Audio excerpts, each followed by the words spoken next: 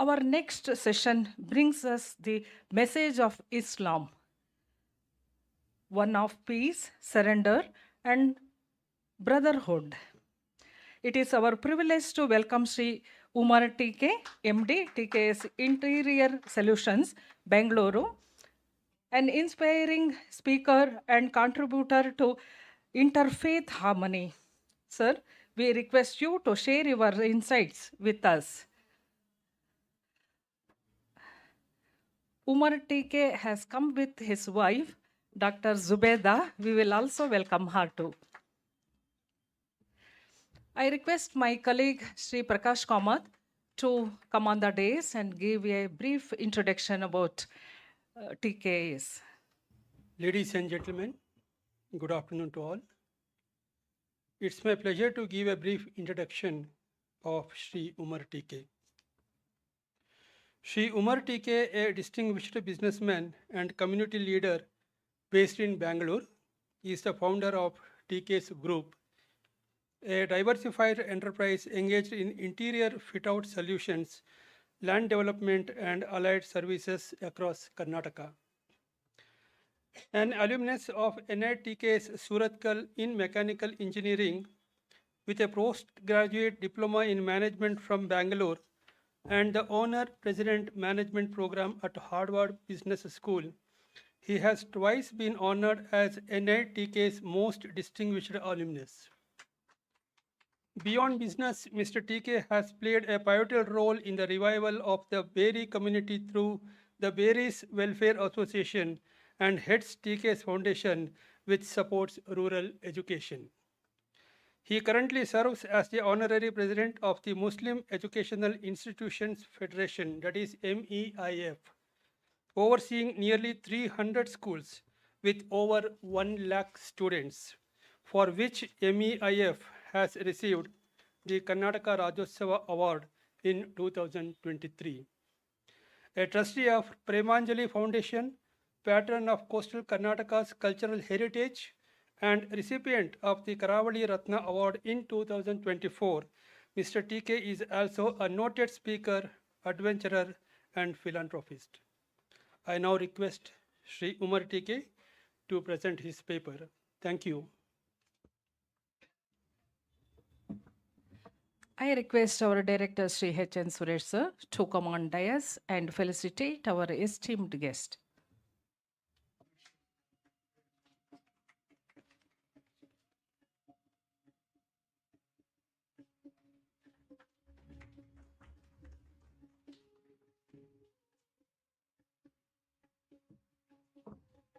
Thank you, sir. Mr. Umar Teekay, the stage is yours. Good afternoon. I'm extremely glad to be standing on the dais and speaking on the occasion of this well thought about program, Santhavani. And more than that, I'm humbled and overwhelmed with the burden of this responsibility to be counted among distinguished speakers like Reverend Father Peter Machado, and tomorrow Hampana would be speaking about Jainism, and such a lot of scholars. So I would begin with a couple of disclaimers. Number one, I am not a scholar at all by any measure, nor am I an Islamic scholar, to be very precise. And number two, my presentation is not about Santhavani, because there is no concept of sainthood, Father, as you know, in Islam, because it believes that Quran is an all-encompassing, everything, comprehensive text by itself, and all the messages are in that. And some of them were interpreted through the lives and sayings of Prophet Muhammad, which are called hadith, which were chronicled much later. And then comes the interpretations and the explanations, which are in terms of volumes written by many people, but everything is rooted either in Quran or in Hadith. These are called tafsirs. These are the only three sources through which we can pass any of our messages. So my number one, I'm not a scholar. Number two, it's not even going to be a presentation like what Father did. I'll be speaking extempore from my heart, and I'll be speaking a lot about Islam and putting the religion in its right perspective. And by no means this is a talk to convince anyone about this faith called Islam, especially in a troubled times like this. So this is not a talk to convince, this is just a talk only to inform. And my last and fifth disclaimer is that I'm not talking from here because I'm a Muslim about Islam. You give me a topic, and I'm an voracious reader. I speak more as a student of comparative religious studies. If you had given me a talk about Christianity or Jainism or Buddhism or Gita, I could probably speak extempore for about an hour on all these things because I have been an voracious reader for many years. With these five disclaimers, I'll start my brief. To begin with, I'll begin with a small anecdote which may sound a bit autobiographical, but it's very important in the context of what I am talking about. I come from a fairly wealthy family in Mangalore and a religious family. Born a Muslim, brought up as an ardent Muslim. My parents were practicing Muslims, but then they did not fit into today's concept of a fanatic Muslim as such, because they were a very, that is how all the villages then were. My father's best friend, if I can remember, was Vittal Shetty and Dr. Bhaskar Rao, who incidentally was RSS chief of our village, and Father Carvalho of the church. And there are not a day that they did not meet. And my father was a president of a local mosque. And the bond was so tight among them. And my mother was not greatly educated. And we lived in a fairly large mansion in the village. And our next door neighbor was a goldsmith's family, very modest family. And the lady of the house was called Sushilakka. And Sushilakka and my mother were very thick friends, no status, no religious barriers, nothing came between them. And the whole village then, an Achari's wife was called Acharti, which was not a very respectable term, but that is how they were addressed in third party and in second party too. But our Amma had taught us, saying that even in third party, we were not allowed to call her Acharti. We had to call only her as Amma. Amma Bandru, Amma Hodru, that was the thing. So that is an atmosphere with which I grew up. And like every child in an Muslim community goes, we all go to a madrasa. And unfortunately, the concept of madrasa is not what is being propagated, and where terrorism originates, kind of a thing. Madrasa is a temple, 4 walls, where there is a very modestly paid Maulana teaches you simply how to read Quran, not even the meanings of Quran. He teaches you how to recite Quran because it is essential to practice your prayers. And practicing prayer is a compulsory thing, 5 times prayer. And how do you pray? And how do you give your charity in zakat, or how do you fast? These are the simple things. Every child around the world will go through this much of an Islamic education. My children did not have an access to a local mosque, so a Maulana would come home and teach, and that's all they would teach. But then I was more than an average student. And all this madrasa education happens between your first standard and 10th standard, and then you part ways in the village. And during then, it's in the evening or in the morning, any one of the time, half an hour to 1 hour is where you go to this madrasas to recite Quran, kind of a thing. But I was ahead of my time. So I took a little more interest even getting into the meanings of Quran. So the big priest of the mosque took a personal interest in me, and he started telling me the meanings of Quran, and that was my undoing. As long as I didn't understand Quran, it's all fine. So, and then I went to Suratkal Engineering College, and by the time I went into the college, I had developed a total aversion for Islam. And there was, I was not an atheist. I was developed a total aversion for religion itself.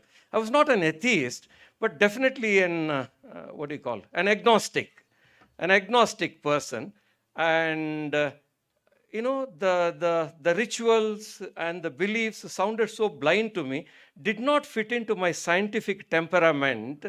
And those days, there was no Bible, no Gita, no Quran. For me, there's one book that I revered was Mario Puzo's mafia story, Godfather.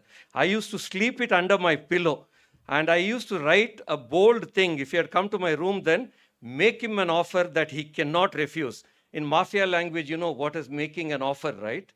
Yeah, I said that if I only know in life what offer to make in a situation, there is nobody can beat me. All I need to know is just this one message.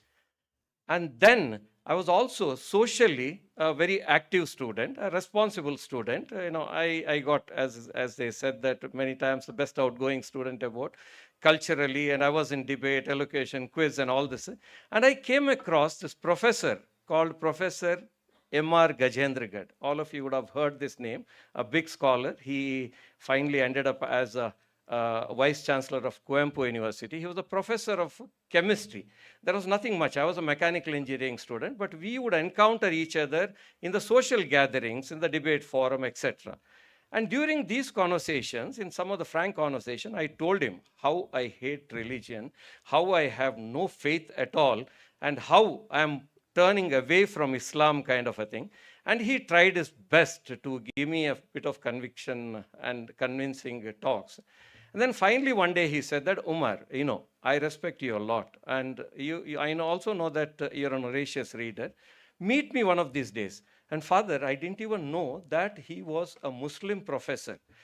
His name was a kind of a misleading thing, M.R. Gajendragad. His actual name was Mohinuddin Rahmatullah Gajendragad.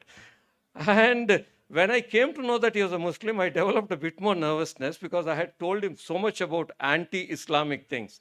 And then he calls me to his room, and then he told me that I'll give you a book. I want you to read.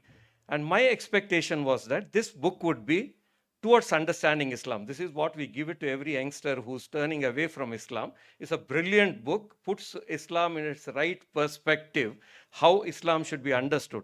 Or there is another brilliant book called Etiquettes in Islam, and which is another beautiful book. The more you read, you fall in love. I mean, a lot of you would be wondering where Muslim and where etiquettes, because that's not what we see practicing in the lower strata, right? Well, that is another brilliant book, but I didn't tell him that I know about this book, so I was expecting him to give one of these books. So I go to his room one sultry, summer afternoon, and I get, I get very emotional.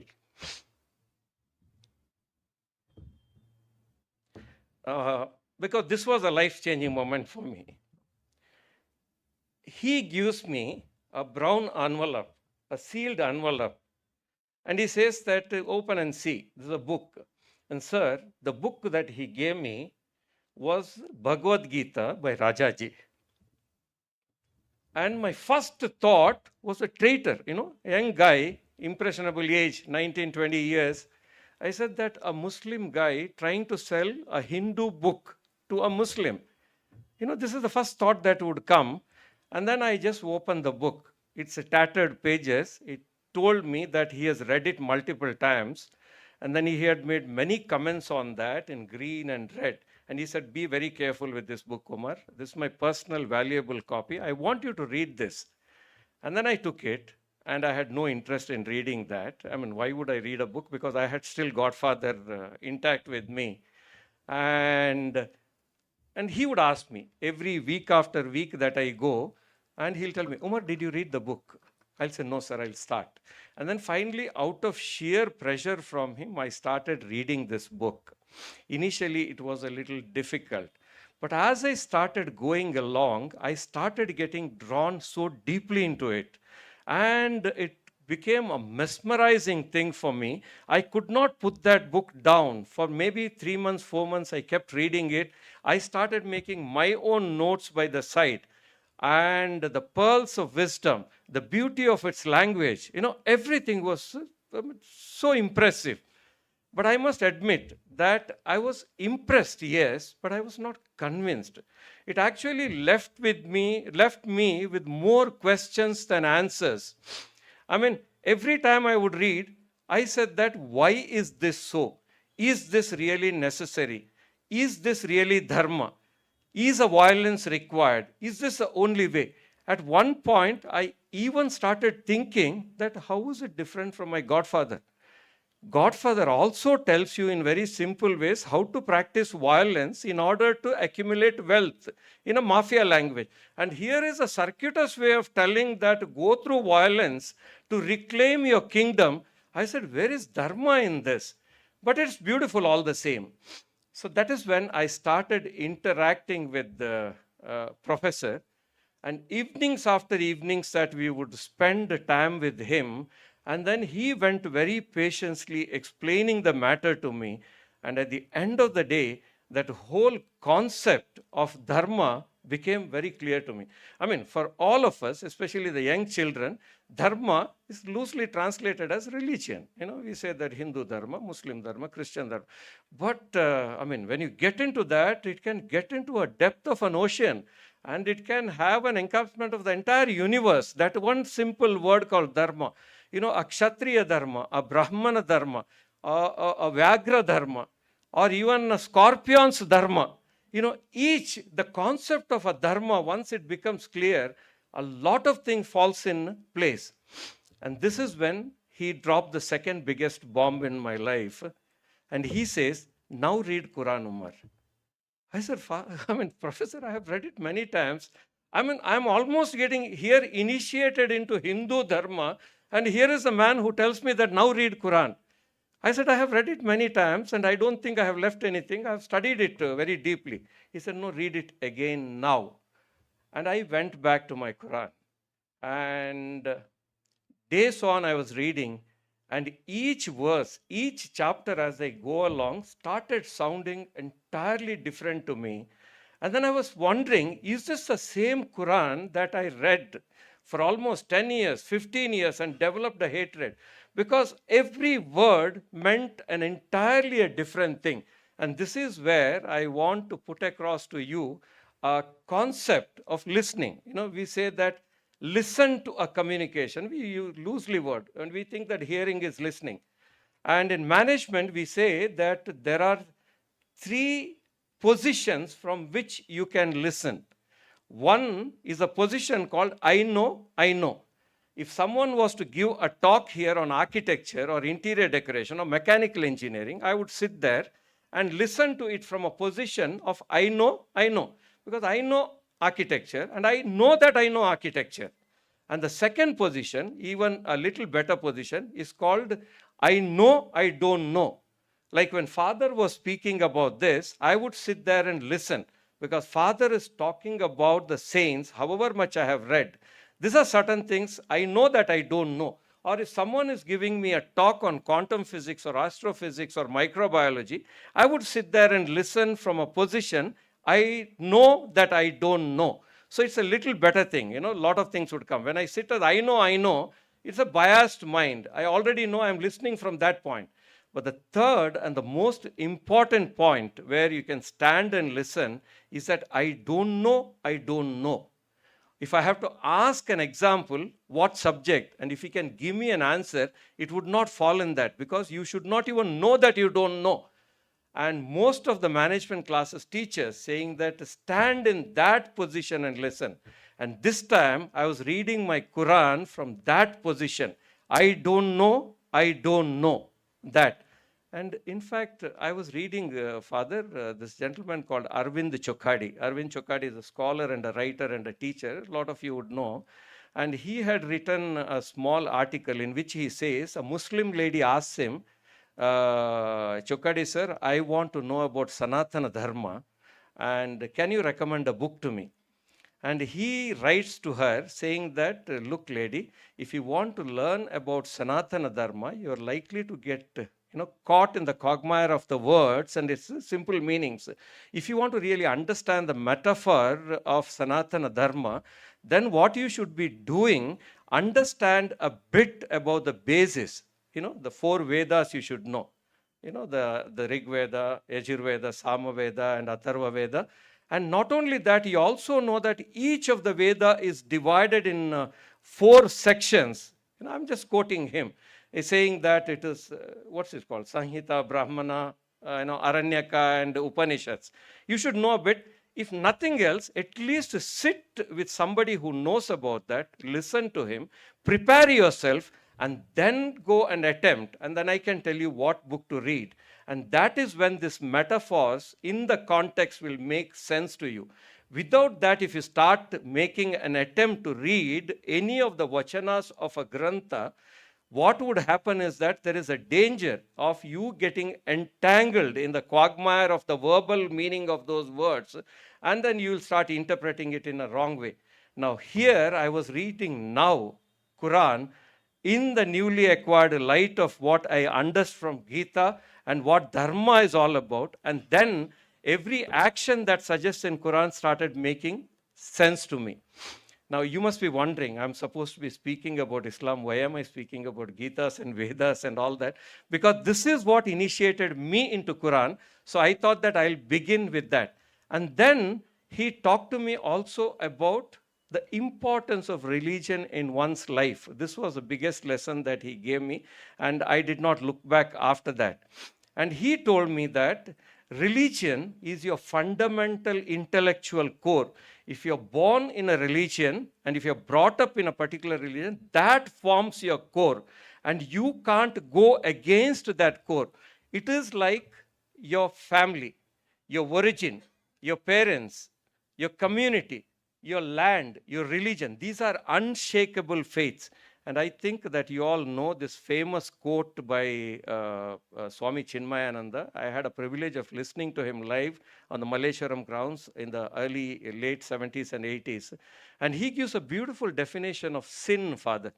He says sin is nothing but that action of yours which goes against your intellectual conviction. He says that there is an intellectual core to you. It's a conscious, simply put. And he says that what is sin for a Brahmin need not be a sin for a Muslim or a Christian. Eating meat goes against the intellectual conviction of a Brahmin because that is what he is brought up with. And it need not be a sin for a Muslim or a Christian. So this was the concept of thing what he said. And then Professor Gajendra Gad told me that every religion has to have 5 parts. The basic of a religion is a philosophy. That's a fundamental belief of that religion. This is called the philosophy. And in order to get that philosophy reinforced, you have the mythology, which are the Puranas. Philosophy is Upanishads. And then you have the Puranas coming in. And then you have the rituals. You need to practice in a particular way because any number of times that you read, it will not reinforce you. And these rituals are coming through Vedas. And then comes the code of ethics, which is nothing but Gita in Hinduism. And then comes your spiritualism. When all this happens, you embrace peace. That is what, Father, I think it was Saint Augustine saying, my heart is in turmoil, but it will rest only when I rest in you. And that you is not outside, that you is in your fundamental core. When you're rested there, when you are at peace with that core, through a religion, that is where religion becomes important because that's a vehicle. Unless you have any other vehicle of reaching there, I have no argument with you. But if you do not have, religion is an easiest vehicle that can put you in touch with that and put you at peace. And Islam, incidentally, is derived from the word salam. Salam means peace. It is not the peace in a very general terms, like all Islamic terms. This is a very wide-ranging word, like dharma's meaning. Salam means peace. It's about peace with your creator, peace with the nature, peace with yourself, peace with your neighbor, peace with generally everybody, peace with your ultimate core. And when you have touched that, you say that that is when your fulfillment starts happening. That is the spiritual experience that you should do. But then what happens is that very often we get stuck in the ritual, or we get emotional about the Puranas or the mythology. And then that is where all the fight starts. Because ultimately, if you look at the fundamental belief of Islam is a total surrender, be in peace with yourself. And when you are surrendered yourself totally, this is what you said, Father, the 4 things, the poverty, the chastity, and surrender, right? It is a surrender, or there was a different. Yeah. I mean, I don't think any other religion has got any other philosophy. Once we understand that this is a philosophy, but our mythology can change, our rituals can change, and hence our code of conduct can also differ to an extent. But ultimately, the feeling of spiritualism comes when you, through this, get in touch with your that ultimate core. Now, with this, let me just come to Quran now. This is the basic that I was saying. Now, every religion, I said, that has to have a philosophy, it has to have the mythology, it has to have the rituals, it has to have a code of conduct, and then it has to have a spiritual experience. And Quran is such a book, like Bible, that it doesn't have a separate sections for this. It is an all encompassed into one. And then once you get in touch with, in that I don't know position, or in a contextual forum, or in the light of something that you have learned, or with the faith saying that this cannot be wrong because it has survived for so many years, then it gives you a total different meaning. And you would be mesmerized by its depth and its width and what it keeps telling you. Now, it is just a simple book. It is just a 300 plus pages book in a small form. You can even put it in your pocket. That's all that is there in that. But each word is so deep, and it has got such a wide explanation and interpretation that you can have. It covers the political science, it covers economics, it covers the warfare, it has got the jurisprudence in that, it has got geography. And then on one side, it can talk a subject like biology and astronomy. On the other side, it can talk about an entirely different thing. All of these things are mixed. It tells you, let's say, on a macro level, it tells you about the astronomy and the secrets of the universe. And on the micro level, it also tells you that how a small drop of a liquid forms into life in very vivid description into a life in a mother's womb, or where that little life gets its sustenance, or a little frog that is hiding in the crevices of an unknown rock gets its sustenance in that. And each word has got an enormous meaning. For instance, on the face of it, it looks very simple, but as you read, the scholars tell us that read Quran at different point in time, depending on your evolution, like it's not just for Quran, for any grantha, depending on your evolution, it's a mirror that you're holding in front. Who you are, that it reflects and puts you at a higher pedestal. And the next time you read, you're looking at yourself from an evolved perspective, and an evolution, and an evolution, and an evolution. It just goes like that. Now, where does it take ultimately when you're going in that kind of a perspective? Each time it gives you a different meaning. For example, Father, there's a simple word called rizq. Rizq is R-I-Z-K. A loose translation in Arabic or Urdu is food. Ahara is called rizq. Nanna rizq elli baradidanta nan gottilla. This is very often a Muslim would say, where my food is, I don't know. But the meaning of that in a different context, it repeats itself in a many number of places. And there are volumes written. Tafsir is what I was talking. Tafsir is a Vyakhana. It's an interpretation, explanation. There are voluminous things written about that's just a simple one word called rizq. And there are books in that Tafsir books, Doctor, you would know. There's a large books. I mean, you will get lost in the quagmire of those things, what's happening inside that. It's a simple book. Or the law of inheritance in Quran, in one chapter, Father, it says in just 6 sentences. Just 6 sentences. Today, volumes are written by scholars on that, and there are no contradiction anywhere. This is the beauty of it. There are no contradiction anywhere about these 6 sentences. Now, how many possibilities are there? There are there are millions of possibilities about inheritance. What if the father dies? What if a mother dies? What if you have one child? What if you had a girl? What if you had a cousin? There are number of things, but everyone falls back on those 6 sentences, and they believe that that explains the law of inheritance. Everything that is said about in Islam is a very small, concise thing.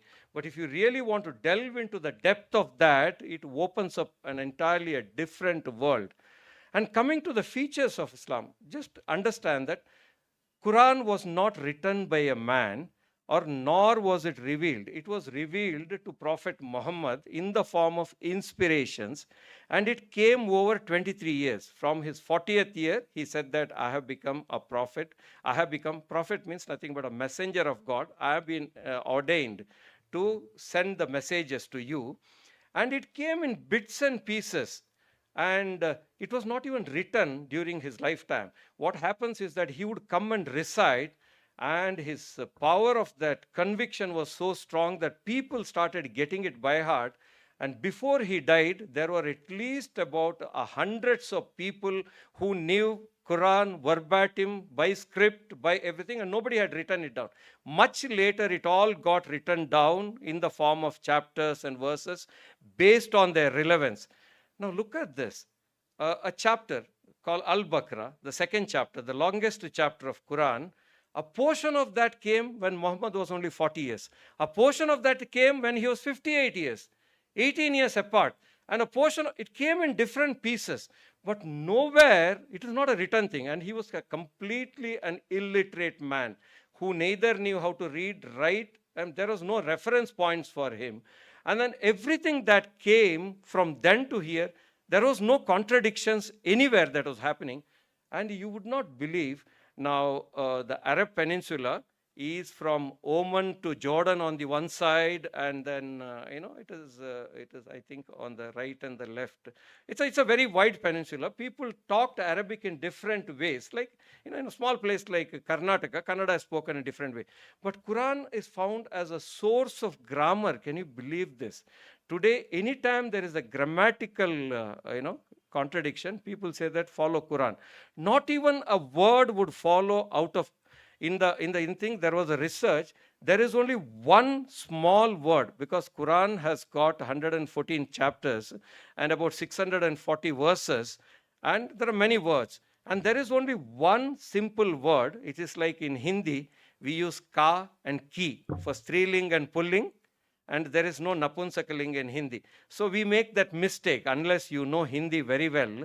You say that uski gadi. It cannot be uska gadi. And you don't know why a car is a striling unless you know.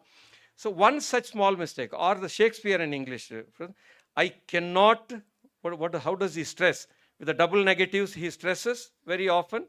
But Shakespeare is used to be an expert on grammar. So like that, there was one mistake. There was an attempt to correct it. But then they found out that contextually it was right, because that verse was revealed when he was in a particular situation, in a particular geographical location. And in that location, the language was spoken in that order. And then the scholar said that don't touch it. Quran is not touchable. Even that one mistake was not corrected. And look at the kind of some of the miracles, which, a lot of scholars say that don't even speak about it. For instance, the word man, and believe me, this has come from his 40th year to his 63rd year, 23 years, came in bits and pieces, not written anywhere. The word man and woman appears 25 times exactly. Man and woman. Or dunya and akhira. Dunya and akhira means this world and the next world, appears 114 times, or I may be wrong in saying it is 115 times, I think. Or life and death, it appears exactly 165 times. And the miracle of the miracle is that the word water and land appears 32 times and 13 times. If you look at the proportion of that, that is the proportion of a land to the water. It is roughly 71% to 29% kind of thing. But then every scholars, I'm sorry for saying this, every scholars have warned us, don't reduce Quran into a book of miracle. It's not a magic book. You like Quran for its wisdom. You don't even talk about that because it's not worth talking. There could be things which are not even matching this. So it's not the whole idea. Now Quran came to, the first verse of Quran was revealed, called Ikra, in the month of Ramzan. And Ramzan is a month that you all know that we fast. Fasting is a form of our thanksgiving for having guided us in the right path. This is our belief. And what is the right path? What do we do in Ramzan? We fast. Fasting is a process of purification. And if you want to know the true meaning of jihad, that is the meaning of jihad. When you are sacrificing a lot of your inner turmoil and your pleasures and your biases and purify yourself internally, that is called jihad actually.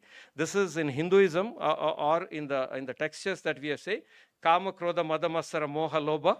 You know that when you're fighting with that, that is your jihad. And when you are, and this is a month of sacrifice on one thing. This is a month of also caring and sharing, the Christian way of doing it, because Islam is all about giving and giving and more giving. And at the end of those 30th day, we do Ramzan. It is called Eid al-Adha. Eid al-Adha means a festival of fulfillment, which means that when you have fought that for 30 days, not just by fasting, but also purifying your thought and sacrificing all the worldly pleasure and sharing whatever little that you have with everybody, that is the day you know that you have touched your core, and that is the day you perform your Ramzan, and on that day you cannot fast. It is considered to be a prohibited day. That is a day of rejoice. Now this is about Ramzan. Now let's go to the fundamentals of Islam.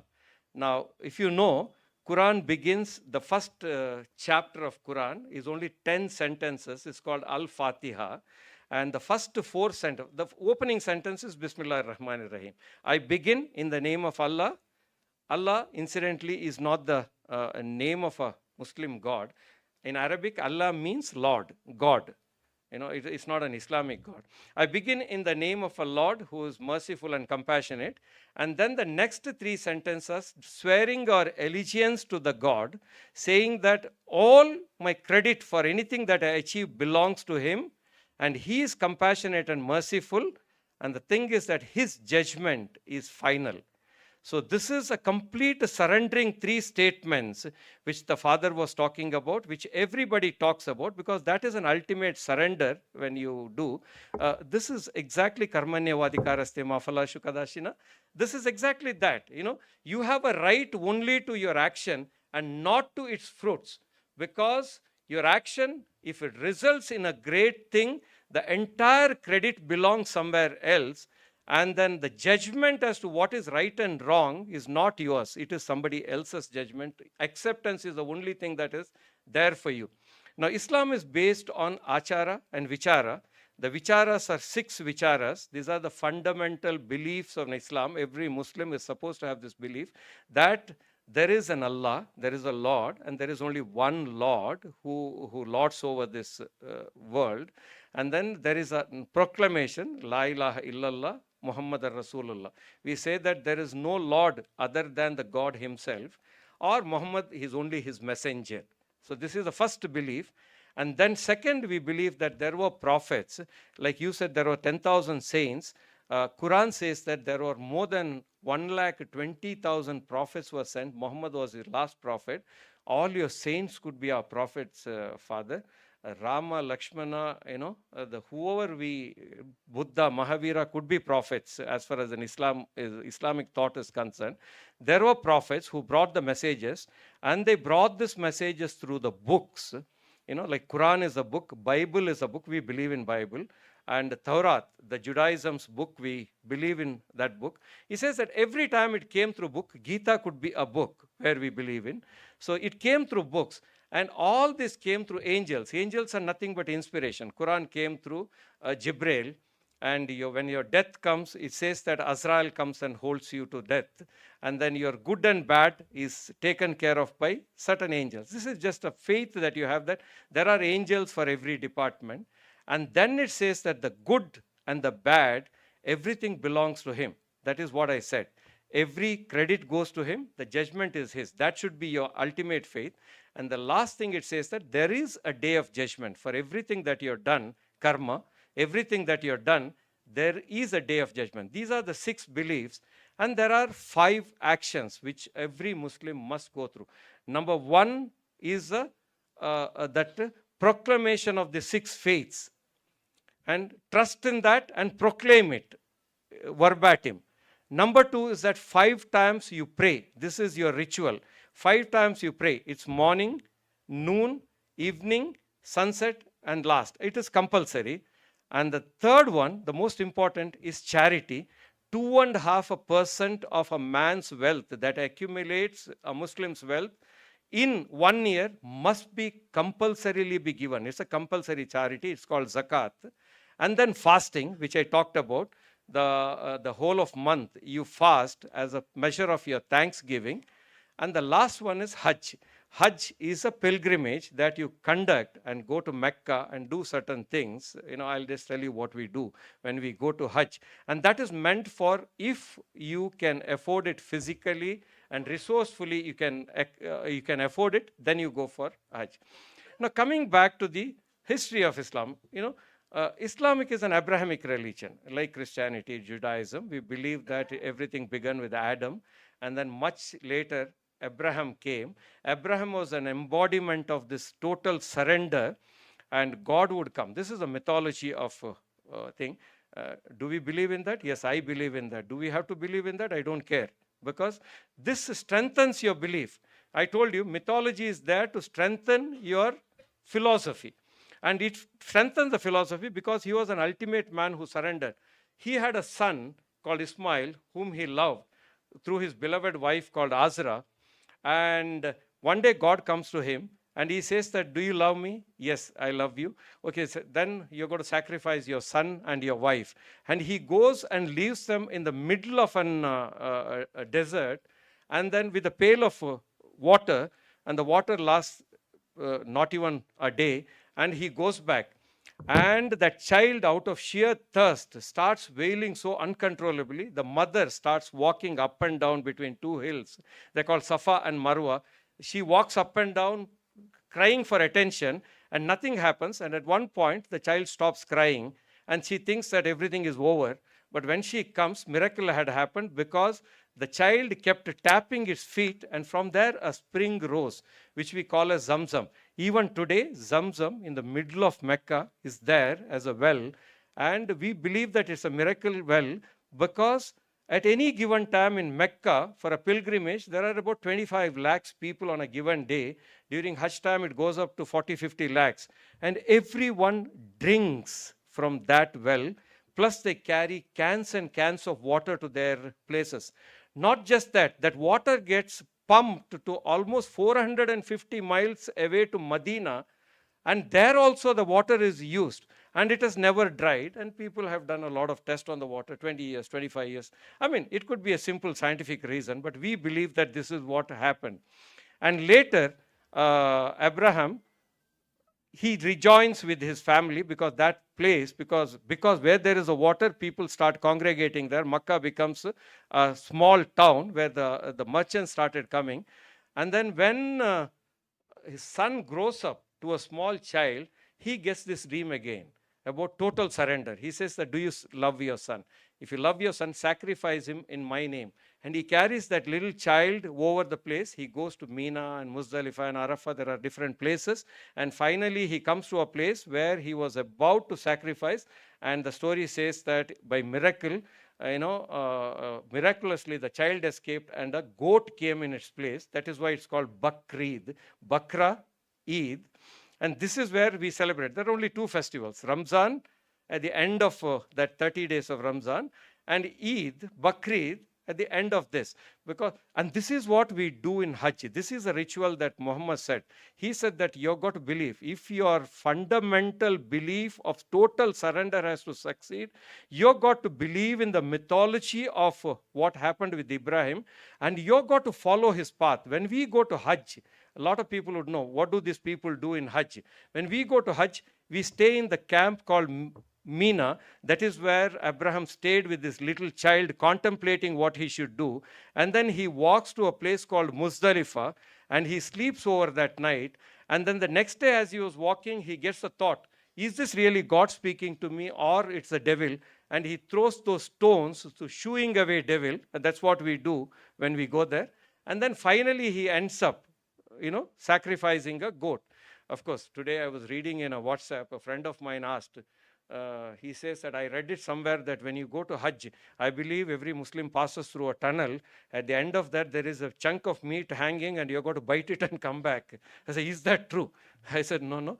This is basically a thing that we practice, what Abraham did many years ago in his quest to totally surrender to God. And that's a mythology that we believe in. And that strengthens my faith. And that's the reason that we go to Hajj. Now coming to Quran itself. Why Quran and how do we follow Quran? Because it's a complex test. And Quran, if you have to understand, you have to understand the lives and the sayings of Muhammad. Muhammad, as I told you, was an unlettered man who was born in a thing, and he was orphaned much before he was 5 years. He was brought up by his grandfather. And he was considered to be a chaste guy, and it is believed that he never uttered a lie, because Quran in one place only points out that Muhammad, you committed a mistake. Abasa watawalla means that you turned your face, Muhammad, when someone was speaking to you. And a frail lady was speaking to you, he turned his face. Even that was considered to be a fault that he committed. So he was trusted. He was Ansar, he was Amin, he was completely trusted in whatever thing. And he married a lady much older than him. She was a merchant lady called Khatija. She was 40 and he was only 25. And when he reached his age of 40, he attains, we believe, that his prophethood, because God started sending message to him. And then he lives in Mecca for 13 more years. And after that, the tormenting was so much from the people who didn't believe. There was no violence. And then he escapes from there and goes to Medina and establishes a small order in that particular place. And incidentally, this is another thing. Bahupatnitva, polygamy in Islam, is said that he married 12 times. Our Quran ordains you to marry 4 times, which is not true. People should understand in the context. In that 114 verses, 114 chapters, and 6,000 verse, there is only one verse with 2 sentences which talks about this polygamy. And I'll tell you in what context it says. It says, it is talking about that whole chapter. Chapter 4 is about warfare. And it says that what is the ill effect of war, how women get widowed and how children get orphaned. And it is all about talking about how to bring up an orphan child. And it says that if you have a doubt that you cannot do justice to an orphan child, in that case, you may marry twice or thrice or even 4 times. But in the very next sentence, it says that by doing that, if you think that you are doing justice to your first wife, don't do that. This is all that is said. And this whole chapter, this whole verse came when Muhammad was 58 years. After 18 years of his prophethood, it came. And until then, he had 1 wife. And we should also look at the timing of that verse coming in, because this was the time where the wars were happening. By thousands, people were getting widowed and orphaned. And that is when, for each of his marriage, there was a reason behind and why he would marry, and he would restrict his people from marrying. That's all that is there about. It's not about that you find an attractive girl and then go and marry, and then you say that Islam ordains me to marry 4 times. No. I mean, it is totally misunderstood by everybody. And first of all, it is misunderstood by the Muslims. Now, he does this, and then he lives his faith. And whatever way he lived or whatever he said are called hadith.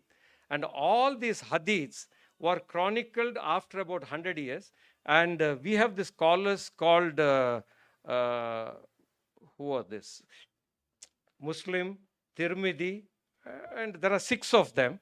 These people started collecting these anecdotes, and they collected at a different point in time at a different geographical location. And today we call an authentic hadith only if it appears in more than 2 or 3, because they were collected over a period of time. And these hadiths we believe are very authentic. And this is where we trust in a Quran or hadith or the tafsir, which is a vyakhana of that. Now, how Islam spread? Now, Muhammad conducted about 27 battles, and each of the battle was against aggression, in defense, and never once even in offense. and 60 expeditions he conducted. And there were, in that 23 years, about 1,029 deaths. And Michael Hart, the Father Michael Hart, in his book says that the result of this was that the entire Arab peninsula, which once was a barbaric nation where people looted one another and they lived a life of dacoits and they buried their young girl children, was become so safe from one end of the other end of Arab. By the time Muhammad finished his life, a single woman can travel from one end to the other end unharmed, absolutely untouched. That level of orderliness came into that society, and that is the whole purpose of religion. And that is the reason Islam spread, because kings after kings, where there was unrest, they started coming to Arab and they started asking, saying that, can you come, send some preachers. It's like how Buddhism spread. Can you come, spend some preachers, and we want. And kings after kings started following. It is not really followed by force, because Islam does not.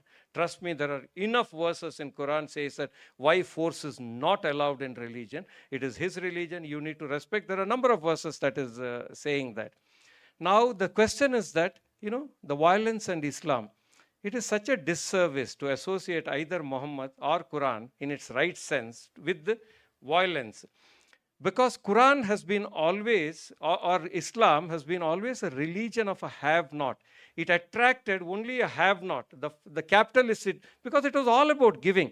And Quran's famous verses, I have hidden, ಕನ್ನಡದಲ್ಲಿ ಹೇಳೋದಿದ್ರೆ, ನಾನು ನಿನಗೆ ಕೊಡೋದ್ರಲ್ಲಿ ಒಂದು ಲಾಭವನ್ನ ಮತ್ತು ನೀನು ಬಚ್ಚಿಟ್ಟುಕೊಳ್ಳೋದ್ರಲ್ಲಿ ಒಂದು ನಷ್ಟವನ್ನು ನಾನು ಅಡಗಿಸಿಟ್ಟಿದ್ದೇನೆ. So the whole purpose was give. It was not about amass. So it did not work to the capitalists. It did not appeal to them. And that is why there is so much of poverty and backwardness and illiterate. It's not because of Islam they are there.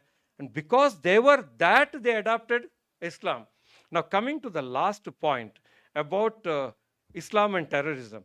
We need to put this in the right perspective. I'm doing this because this is the most important understanding that we should have. Islam has been in existence now for almost 1,465, whatever number of years. Out of this, the whole of Islamic country, they lived peacefully because they were poverty stricken. They had no ambitions. They were just there. They were in peace with themselves. They were at peace with their neighboring nation. They were at peace with the entire world because they had nothing to do. And then in 1945, oil is discovered in the Gulf region, and that is where all the problem begins. This is after probably about 1,300 odd years later. Even then there was no violence.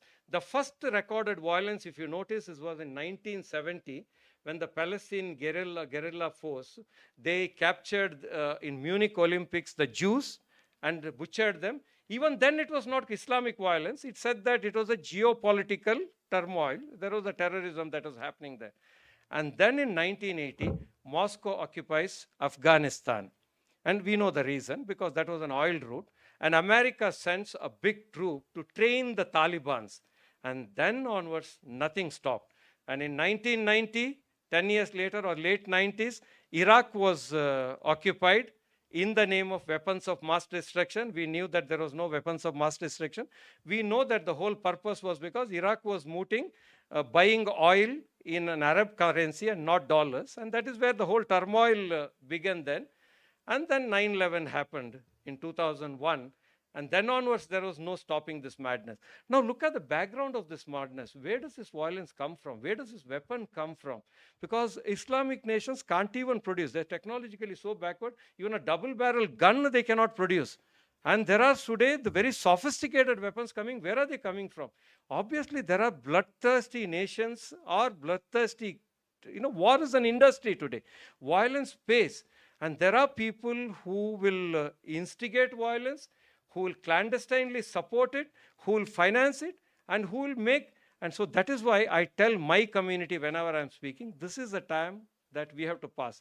There was a time when the Sardarjis passed through this. There was a time the Tamilians passed through this because they were all branded. And it is our time. Because in the name of religion, in the name of ethnicity, in the name of language, somewhere or the other people will find to instigate put one man another, because violence pays. War is, I told you, is a big industry. And as long as that contains, it will continue.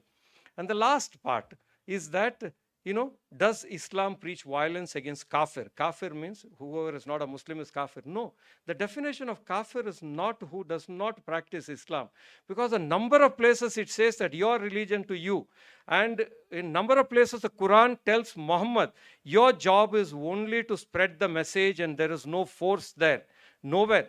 And it also says that if you kill even one soul, it is like committing a murder of the entire mankind. And if you save one soul, it's like saving the entire mankind. There are a number of places it is said. Then where are these 4 or 5 verses are isolated saying that kill? This comes in chapter 4, where it is all about the war, where the reference to a kafir was, this is like, sir, in simple term, if I have to say this, that let us say that there is a cricket match happening between India and Australia, and a minister goes and says that Australians ka jajji udana. He's not talking about go and hit the Australians. He's talking about the 11 people who are playing against you. Or today, let's say that in Doklam, when the Chinese are occupied and there are 120 Indian soldiers are there, Rajnath Singh goes and says that go fight for your country and don't come back until you have killed every Chinese. He's not talking about waging a war on China and any number of Chinese you go and kill. So these simple words that is said, when you take it out of context, it sounds like a violent word. And finally, that I always wondered, what is it that made this religion survive for so long, or any other religion? Here is this concept called enrollment. Enrollment is a word, I don't know whether you people have done this course called Landmark Forum, which is a brilliant course about inner engineering, like Sadhguru does. And this is a very scientific course. They have a different definition for enrollment. Enrollment is that getting a man enrolled into your vision by being. Gandhiji's famous words, if you want change, be the change. He did not say that preach change or do change. There's a difference between your saying or your doing, or ultimately your entire core, your being. It's because of that being that enrollment happened. Otherwise, Father, how do you explain a carpenter's son born in Jerusalem, and he was not even a great orator or a speaker, and how is it that millions of people follow him? That is because he stood by, his entire being was that. Or a Buddha, who was a prince who ran away from his house, how would he influence a mighty emperor called Ashoka? Or take Ramanujam, that born in Kaladi, a Malayali, and he only knew Sanskrit. How would he go and set up Char Dhams? And after so many years, he must have lived for 33 years. After how many years that people still follow his preachings? This was a power of enrollment. And how this power of enrollment comes, because every disciple of his, anything that they did when they were deviating, they said that, this is all fine. But how would we prove to the God tomorrow that we followed Muhammad? And that was the power of his enrollment. And I would end with just 2 small anecdotes. Muhammad died when he was 63 years. He passed when he was 63 years. And he believed that he was poisoned in some place, and he had a neck pain, and then he was very delirious. He died on a Monday. On a Wednesday afternoon, after his prayer, he was sleeping, and he was delirious. He suddenly wakes up startled. His young wife Aisha was sitting, and he says that, Ya Rasulullah, what's happening? Ya Prophet of God, what's happening? He says, Aisha, I'm very scared. Hold me tight. And she says that, what's happening? You just tell me. She says, Aisha, tell me, how much gold is there in this house? Now, Michael Hart in his book says, how much of gold is there, you think, with a man who was considered to be an emperor of 1/5 of the world then? And it was not unusual for a man to amass wealth. He says that if he really wanted to amass wealth, the gold could have been enough to cover Uhud twice. Uhud is a small mountain range in Medina. But then Aisha runs through the whole house and brings 4 coins, and that was all his wealth. And he keeps rolling in its hand. And Aisha says, Ya Rasulullah, what's bothering you? And he says, no, this is exactly his word. He says, Aisha, tomorrow I'm going to meet my Lord. How will I give one? justification for this hoarding. He says this hoarding, 4 coins. Aisha understands that evening it was all distributed. And on the last day, on a Monday morning, he wakes up startled again before the early morning prayer. And Aisha was sitting next to him. He says, Aisha, hold me tight. I'm scared. And then Aisha says, Ya Rasulullah, tell me what's bothering you now. He says, I have been sent with the mission to reform the people. And tomorrow when I meet him, I have this doubt. Will I be able to say that I have done my work? To which Aisha says that, Ya Rasulullah, of course, this is my words, you must be joking. Because you have lived a life which nobody else could have lived. You led everything. And look at the amount of reform that you have brought. And she opens a curtain of his little hut and shows him outside. And incidentally, sir, Muhammad lived in a small hut that he had built himself, an ascetic life. And he had his roof covered with fronds. And he had just 2 pairs of jubba. And one of them was full of stitches. He had stitched it himself. And the other one was a good pair for, to meeting people. That's a life that he lived. And then that morning, she opens a curtain and shows there were multitude of human beings outside. They had come early in the morning because they had heard that the prophet is dying. They had come for the morning prayer. Sorry. I get very emotional. I would get equally emotional, Father, if I'm speaking about Jesus. Buddha. Incidentally, Buddha is my favorite always because his life was an entirely thing, maybe another time. Anyway, she shows and he says that, Ya Rasulullah, look at them. These were the very same people who killed their young children, who looted one another, who practiced barbarically. And today you've been able to turn their face towards the Lord and made them surrender ultimately. And what more could you have achieved? And he had a smile on his face and he was gone. So I always wondered how an Islamic world could have been. Because if I ask you today, you'll say that, oh, a barbaric world. But I believe that if there was an Islamic order, what he preached was to be there would not have been progress. There would not have been the so-called development because hoarding was not allowed. Wealth generation was allowed, but wealth accumulation was not allowed. There was no interest. There wouldn't have been inflation. But there would have been probably poverty, but there would have been a lot of peace. There wouldn't have been any rat race. But was it possible? No. I mean, there's an utopian world. It is just not possible, right? So finally, I would say that this was just an attempt by me to put Islam in its right perspective and differentiate between the faith and the so-called followers of this faith.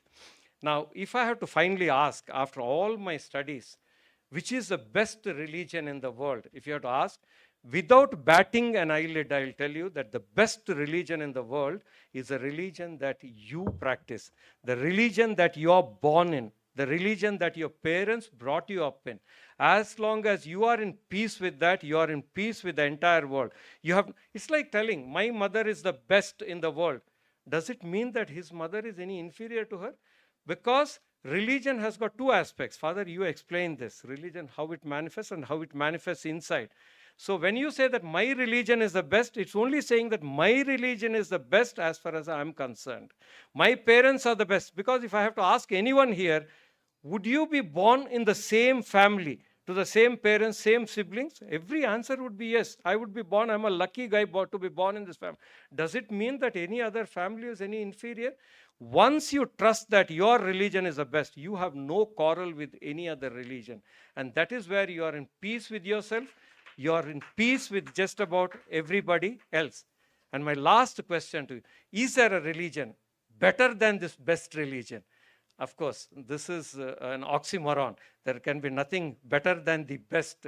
But even at the cost of grammatically deviating, I'll say that, yes, there is a religion that each one of us follow beyond our religion, a religion of charity, a religion of service. I'm sure that each one, I can see a lot of faces who are in different organizations. Take Bharatiya Vidya Bhavan and the trustees. This is a religion of unlimited giving and unconditional love.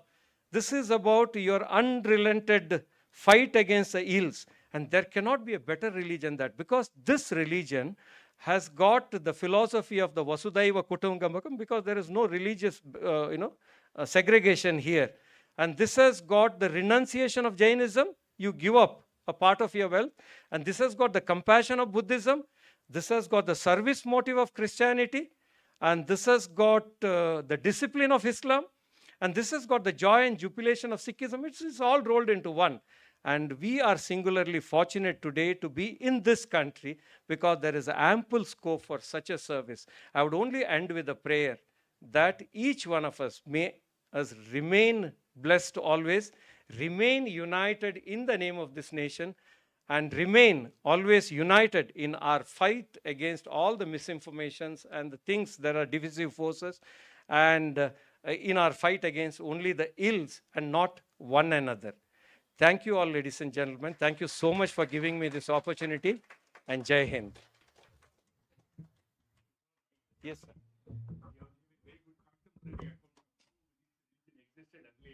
Your forefathers are very friendly with the Hindus and all that situation explained. Each dharma has 5 ingredients. If there is a strong conviction how this radicalization has happened, especially white collar doctors and all taking to terrorism, this is a very alarming situation. Perfect, sir. Sir, I would not see, just to give you an example, at the height of Sikh, that militancy that was happening, I'm a man who had read so much. I mean, who would ever doubt a Sikh? Okay.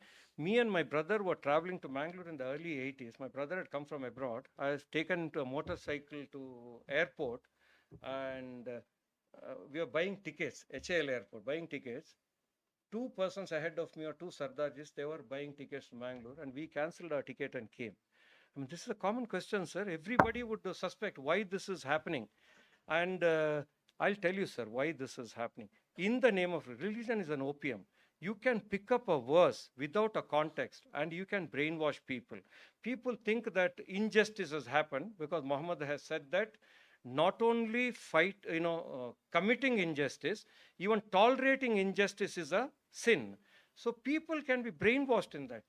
I'll deviate from this and tell you, sir, how people can be brainwashed, either a Hindu or a Muslim or anybody.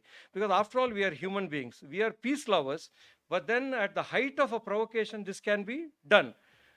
Me and my wife had gone for this play called Mahabharat. All of you would know this. Mahabharat comes into Ambedkar Bhavan. Punit Isar is the one who played Duryodhan in Mahabharat. He has written his own version of Mahabharat from Duryodhana's point of view. But then ultimately he takes the proper things. But how Duryodhana would feel about that? And he's a powerful actor and language is so beautiful. And then unfortunately, the Drona and the Bhishma and all were actual actors of those Mahabharat. They had a big fan following. And on the other side, the Pandavas were all stage actors from Bombay. And they did not have such a fan following. And even Karna was a weak actor. And then halfway through, at the end, there is a fight between, Karna falls down. And Krishna tells him, kill him now. And Arjuna says that, no, but he says that it's a Kshatriya dharma. You hit him. And he gets killed. And then finally, Bhima and Duryodhana are fighting. You know that Bhima was a disciple of Balrama. And he has taught him that hitting below the belt is not allowed. And Duryodhana's life was in his thighs. And then Krishna stands by the side and says, hit him there. And Bhima is perplexed. Can I hit him there? And finally hits him. And this is Punit Isar himself. And he falls down. And the whole audience is very sad because Punit Isar is dying. And then he falls down. And then they switch off the light. And then he's lying there. And then they show his Atma getting up. Actually, they replace the body with somebody else. And actual Punit Isar is coming. And he gives a brilliant 10 minutes dialogue. He calls Krishna a traitor. He calls him a hypocrite. He says that how you can be a god. You killed Karna by this. You killed Bhima like this. And everything. He goes. And can you believe, sir? The whole audience gives him a standing ovation. And me and my wife sat there. We are such strong believers of Gita. He said that a Mahabharata can't end like this. This is just a 10-minute talk can indoctrinate people, sir. And then the Krishna character, he was a powerful speaker. And he comes and says that why he had to do what he did. As God, it was his dharma. And he says that as a Manava, I have another dharma to follow certain rules, and I'll pay a price for this too. And he tells that when a child is dying, and if two children are saved, we say that God saved them. Then who killed that child who died in that accident? So he gives the whole thing and ends up with that Yede Yede Dharmasha talk. And again, people give a thing. Why I'm saying this? It's very easy to brainwash. In that audience, the whole audience was predominantly Hindu educated audience, except me and my wife we are the only two people who didn't stand up. We said that this is not how a Mahabharata can end or Gita can end. But if people can be taught saying that this is adharma, this is what is preached in thing, you have to fight and over and again. And on top, some people in their family has suffered over whatever reason. And then there is an easier way. And why it gets, this is what I said, sir, for 1450 years it's been there. And all this is happening by a minuscule percentage of people who, if you count out the wars, it could be 0.0001%. 99.999% of the Muslims like me, we want to live happily, we want to live peacefully, we want to do our business, we want to go home, we want to spend time with the family, we want to be happy with our neighbors. We don't believe in that. But then, when there is a reason why Pakistan is doing this, because Pakistan has got a reason to wage war against India. They want to constantly unglify India, and there are vulnerable people who can be, brainwashed through this. And then you have enough verses in Quran out of context. When you say that yes, this is what is done, and it's a very unfortunate thing. So, nothing, sir. It says in number of places. If I tell you some of the places, I'll tell you. I'm sorry, I'm probably okay till 4 o'clock. I have got 3 more minutes. I'll tell you, Umar was a very fierce Khalifa who followed after Abu Bakr, after Muhammad, Abu Bakr, and Umar came in. When he was ruling, Damascus comes under his ruling. There was a very rich church there. And most of the people in Damascus, Syria, people had converted into Islam, but still a few Christians were following. And then people come and say that, Umar, why don't we go there and capture the mosque? And he says that Muhammad has taught me that even if there is one person praying in that church, it is illegal to take over that. And then he further says, haven't you heard Muhammad saying again and again that if a Muslim in power ever does an unjust act to a non-Muslim, and it says that if he puts an extra tax on him and treats him differently, Muhammad says that I'll be the first person to stand witness against that man tomorrow when there is a law of judgment. To that extent it has gone, sir. But people, what do you say about this kind of thing when it is happening? It's happening. One last incident that I'll tell you, sir. Muhammad fought this 27 wars, and all of them were after he went to Medina. The Meccans used to come, they tried to demolish him, that he had to fight those wars. And at one point, he becomes very powerful. He goes with the 10,000 people to Mecca, 450 kilometers, to perform Hajj. And the locals don't allow him there. And most of his disciples say that, let's wage a war. We are 10,000 people, they're a small percentage. He says, no, this is not a position from which we find a war. And that is where this Hudaybiyah, right? Hudaybiyah treaty comes into thing. He sits with them and negotiates a peace document, and that is where he says that we will come at a certain peace in time, you do this, and that is the whole idea. And one more thing, there was this lady called Hind bint, I forget her name. This lady was the most hated lady by Islam, because in one of the wars, Prophet's most beloved uncle and a companion called Hamza was killed, and this lady was so hateful that when he died, she opened his heart and bit his kaleja in her mouth. And Muhammad heard, that's the first time he cried for Hamza. And then when he came to Mecca, people tell him that this Hind bint, she wants to come and meet you and she wants to regret. And most of the people say that death is her punishment, he has done. And this is Muhammad's words. These are all recorded words. I told you that every hadith has been a recorded thing. He says that no, once a person has repented, we have no right. It's only left for him to punish or not to punish. The only condition that I have is that if she wants to accept Islam, let her accept. But please don't bring in front of me, because I don't know how will I behave. After all, I'm also a human being. So this is the level to which they went, sir. Who would tell these mad people that this is what Islam stands for? But then ultimately, you are right in asking this, because at one point we suspected every Tamilian worker, because we think that he's a terrorist. He came to wage terror war. I mean, can we pardon ourselves for suspecting a Sikh community, such a country-loving community, such patriotic community? But all of us suspected, right? Like I told you, we refused to travel because there are two Sardarjis traveling. I mean, every religion has to go through this, sir. It is Islam's time, and we'll go through that. And you're right in your place in suspecting. Thank you for asking this question. Umar, one small correction. Yes, sir. I think in a hadith you might have told somebody born in Kalini and established 4 temples. It's not Ramanujam, it is Shankaracharya. No, not Raman. Right, it's Adi Shankara.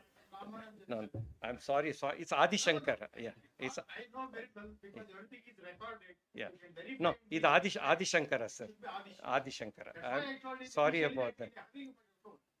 Perfect, sir. Thank you so much for correcting. Thank you. Yes, yes. Thank you for that.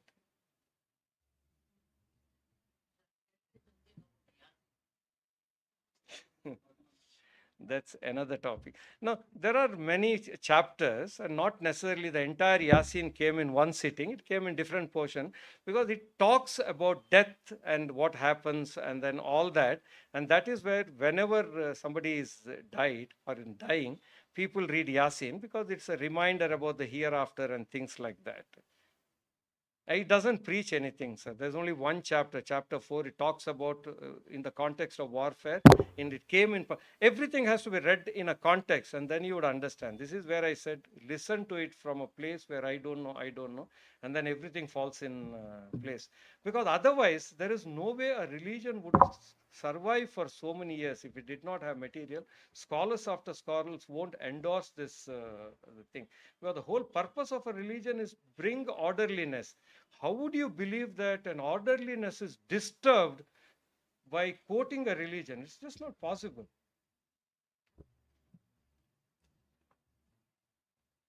Thank you so much. Thank you all for being such a wonderful audience. Thank you again.